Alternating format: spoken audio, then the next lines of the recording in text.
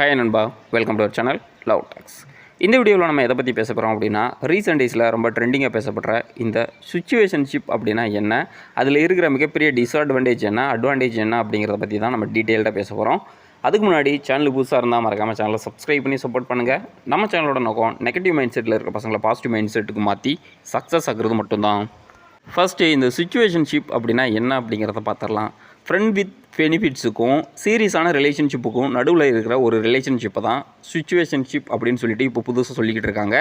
இதில் 2 பேரும் ஒரே வீட்டில் தான் இருப்பாங்க. 2 பேருக்கு தேவையான நீட்ஸை, அதாவது சாப்பாடுலேருந்து ரூம் ரெண்ட்லேருந்து எல்லாத்தையும் ஷேர் பண்ணிக்கிடுவாங்க.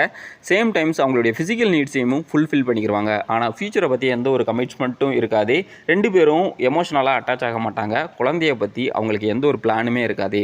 சேம் டைம்ஸ் இவங்களுக்கு இப்போ கூட இருக்கிறவங்கள விட பெட்டராக இன்னொருத்தவங்க கிடச்சிட்டாங்க அப்படின்னா தாராளமாக அவங்களுக்கு பிடிச்ச மாதிரி அந்த ரிலேஷன்ஷிப் விட்டு வெளியேறிக்கலாம். இந்த மாதிரியான ஒரு கேவலமான ரிலேஷன்ஷிப்பை தான் சிச்சுவேஷன்ஷிப் அப்படின்னு சொல்லிட்டு இப்போ ரீசெண்ட் டேஸில் ட்ரெண்ட் பண்ணிக்கிட்டு இருக்காங்க. சிச்சுவேஷன்ஷிப் நல்லதா கெட்டதா அப்படின்னு கேட்டால் நல்லதை விட இங்கே கெட்டது தான் அதிகமாக இருக்குது. ஏன் அப்படின்னா, ஃபஸ்ட்டு நல்லதாக பார்த்துடலாம். நீங்கள் சிச்சுவேஷன்ஷிப்பில் இருக்கீங்க அப்படின்னா உங்கள் 2 பேருக்கு எந்த கமிட்மெண்ட்டும் கிடையாது. 2 பேரும் ஈக்குவலாக லோட ஷேர் பண்ண போகிறீங்க. உங்களுடைய ஃபிசிக்கல் நீட்ஸையும் ஃபில்ஃபில் பண்ணிக்கிற போகிறீங்க. ரொம்ப ஜாலியான ஒரு ரிலேஷன்ஷிப் மாதிரி தான் இருக்கும். அதே மாதிரி பிடிக்கல அப்படின்னா 2 பேரும் எந்த ஒரு இதுவுமே, அதாவது சண்டை கண்டை போட்டுக்கிறாமல் மியூச்சுவலாக வெளியேறிடுவீங்க.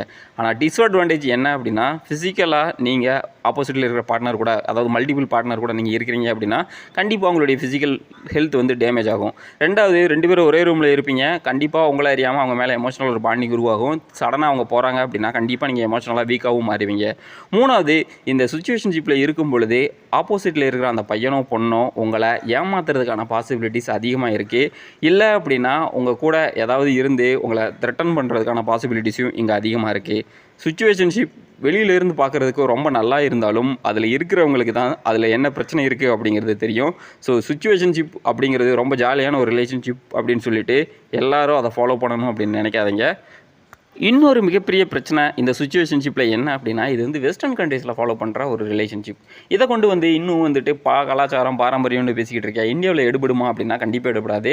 அது வந்து ஒரு பெரிய சிட்டிஸில் வேலை பார்க்குற, அதாவது மார்னிங் ஆஃபீஸ் போவாங்க, ஈவினிங் வந்து ஜாலியாக ஜம்முன்னு குடிச்சிட்டு குடியும் கும்மாளமும் இருக்கிறவங்களுக்கு வேணால் அது வந்து செட் ஆகும். அதே மாதிரி இந்த சிச்சுவேஷன்ஷிப்புக்கு பார்த்தீங்க அப்படின்னா மிகப்பெரிய அளவில் ஒரு பொருள் செலவும் தேவைப்படும். ஏன் அப்படின்னா 2 பேரும் ஈக்குவலாக ஷேர் பண்ணி தான் ஆகணும். அந்த சூழ்நிலையில் இருக்கிறீங்க, அந்த மாதிரியான ஒரு மனநிலையில் இருக்கீங்க அப்படின்னா உங்களுக்கு செட் ஆகும். அதை விட்டுட்டு எனக்கு வந்து குடும்பம், அதாவது அப்பா அம்மா அந்த மாதிரி நான் இருக்கணும் அப்படிங்கிறவங்களுக்குலாம் இந்த சிச்சுவேஷன்ஷிப் ரொம்ப செட் ஆகாது. அப்படியே இந்த சிச்சுவேஷன்ஷிப்பில் இருந்து வெளியே வந்தீங்க அப்படின்னா ஐயோ நார்மலான ஒரு ரிலேஷன்ஷிப்பே ரொம்ப பெட்டராக இருக்குது அப்படின்ட்டு ஃபீல் பண்ணுறவங்க தான் அதிகம். அடுத்து முக்கியமான பிரச்சனை என்ன அப்படின்னா, நான் சிச்சுவேஷன்ஷிப்பில் இருக்கேன் அப்படின்னு சொல்லிட்டு நீங்கள் பப்ளிக்காலாம் பெருமை பேசிக்கிற முடியாது. ஏன் அப்படின்னா அவங்கள தப்பாக தான் பார்ப்பாங்க. ஏன் அப்படின்னா அந்த சிச்சுவேஷன்ஷிப்பை இன்னும் சொசைட்டி வந்து அக்செப்ட் பண்ணலை. அப்படி இருக்கும்பொழுது நீங்கள் சொல்கிறீங்க அப்படின்னா ஐயோ இந்த வேறு மாதிரியாக ஆட்கள் போல் அப்படின்னு சொல்லிட்டு உங்களை ஒதுக்க தான் பார்ப்பாங்க. அதையும் தாண்டி என்னுடைய லைஃபு என்னுடைய ரூலு அப்படின்னு சொல்லிட்டு நீங்கள் பெருமை பேசுனீங்க அப்படின்னா அதெல்லாம் இன்ஸ்டாகிராமில் ஸ்டோரி போட்டு தனியாக வெயிட் பண்ணுறதுக்கான யூஸ் ஆகும். ரியாலிட்டியில் வரும்போது செருப்பால் அடிக்கும். இந்த சிச்சுவேஷன்ஷிப் அப்படிங்கிறது வெஸ்டர்ன் கண்ட்ரீஸில் இருந்தீங்க அப்படின்னா கண்டிப்பாக அங்கே இருக்க மக்களும் உங்களை சப்போர்ட் பண்ணுவாங்க, அங்கே இருக்க கவர்மெண்ட்டே உங்களை சப்போர்ட் பண்ணும். ஆனால் இந்தியா மாதிரியான ஒரு கண்ட்ரீஸில் இருந்துக்கிட்டே சிச்சுவேஷன்ஷிப்பில் இருக்கீங்க அப்படின்னா ஏதாவது பிரச்சனை வந்துச்சு அப்படின்னா ஒரு பேர் சப்போர்ட் பண்ண மாட்டாங்க. ஏன் அப்படின்னா இன்னும் இந்த மக்கள் வந்து இதை ஏற்றுக்கிறல. அவங்களுக்குன்னு சொல்லிட்டு ஒரு தனியான கலாச்சாரத்தை ஃபாலோ பண்ணிகிட்டு இருக்காங்க.